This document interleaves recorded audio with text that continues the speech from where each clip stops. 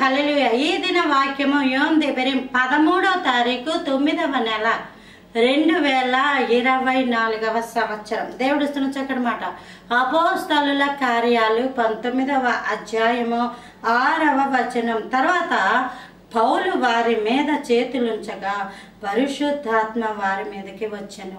అభిషిక్తులు, పంపబడిన వాళ్ళు, దేవునిని చూచినటువంటి వారు, దేవుని స్వరాన్ని విన్నటువంటి వారు అక్కడున్న వారి మీద ఆ చేతులు ఉంచినప్పుడు వాళ్ళు పరిశుద్ధ ఆత్మను పొందుకున్నారట. ఒక్కొక్కరు మన తలల మీద చేతులు ఉంచినప్పుడు, లేదా ఇంకొక వ్యక్తి వేరే వాళ్ళ మీద ఆ చేతులు ఉంచినప్పుడు భస్మం అయిపోతుంటారు, నాశనం అయిపోతూ ఉంటారు.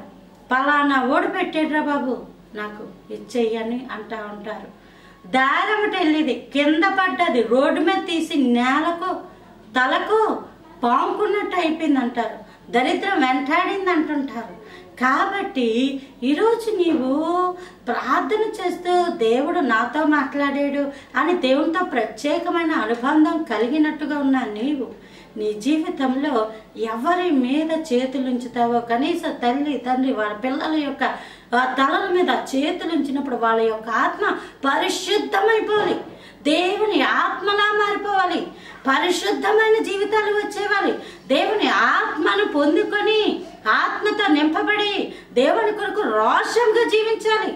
అట్టాగా మన జీవితాలు ఉండాలి, మన చేతులు ఉండాలి. ఈ చేతుల్ని హిబ్రూలో యాద్ అని అంటారు, గ్రీకులో హెరాస్ అని అంటారు.